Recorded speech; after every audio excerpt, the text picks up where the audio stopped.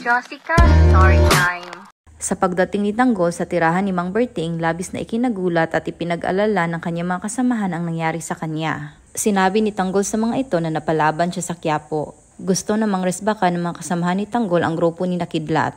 Hindi naman nagustuhan ni Mang Berting ang plano ng mga ito. Kaya pinagsabihan niya ang grupo ni Tanggol na huwag nang pumasok sa gulo dahil malaki pa nga ang problema nila dahil sa droga. Sa kabilang dako naman, kinausap na ni Marites at Aling Tinding si Rigor na kailangan ni Tanggol ng tulong nito.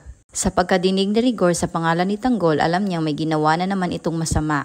At kita sa pagmumukha niya ang galit. Bigla namang natakot si Marites at Aling Tinding na sabihin kay Rigor ang tungkol sa hawak na droga ni Tanggol. Labis namang ikinagalit ni Rigor dahil natameme ang mga ito. Kaya galit niyang tanong sa mga ito kung ano ba ang nangyayari. At diretsuhin na siya ng mga ito. Samantala nakita na rin ni Ramon ang bahay na pinasok niya para makapagtago noon. At doon din nakatira ang babaeng pinag-iwanan niya ng kanyang lahi. Agad niyang binuksan ang pinto at tinutukan ng baril ang taong nasa loob. Ngunit labis niyang ikakadismaya na iba na pala ang nakatira sa bahay. Mahanap pa kaya ni Ramon kung saan nakatira si Marites? Yan ang ating abangan sa FPJ's Batang Quiapo. For more updates, please don't forget to subscribe and like, and please hit the notification bell para lagi kang updated sa FPJ's Batang Quiapo. Yan lamang po. God bless everyone!